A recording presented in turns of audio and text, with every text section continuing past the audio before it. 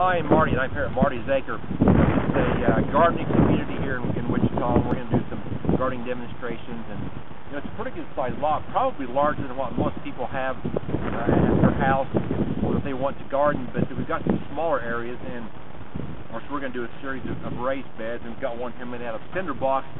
Has some good rich topsoil, some cottonwood compost. We planted some onions. It's been about 3 weeks ago, and very happy underneath that layer of snow, and they're rooting out right now. I've got some peas planted here also, and kind of the same thing. They're getting ready to pop out of the ground. Well, it's mid-March, and that means it's time for planting our Irish potatoes, or our seed potatoes. Of course, St. Patrick's Day is kind of the traditional day to plant those, and what I always recommend people is that they buy certified seed potatoes. I think that's very important because that way you know that what you're buying is actually the variety that it says it is, and certified by the state of origin. But cut them a day or two ahead of time. Let those wounds kind of dry up and heal.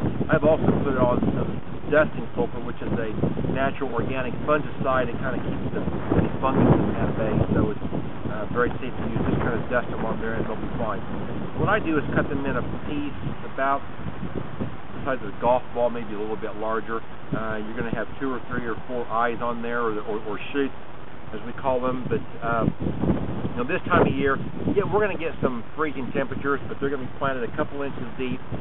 Even if we freeze to that depth, they'll be just fine. It's not going to get cold enough to hurt the potatoes. So what I've done here is I've made a row, and you don't really plant these too deep. And actually, as the potatoes grow, you actually mound the soil up over them,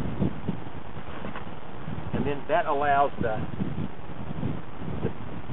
potato to actually form in that mound.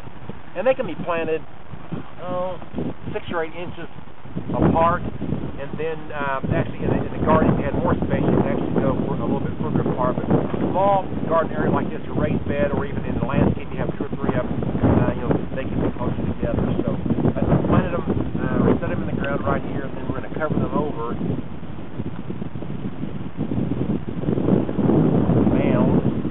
Then, like I say, as these shoots grow, as the potatoes grow, we'll continue to keep the soil mounded up,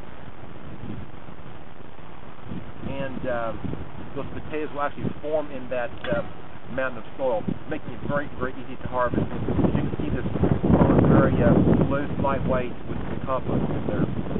If you don't have room for an area like this, you can also plant them in a container. We're going to go in our greenhouse and plant them in a garden.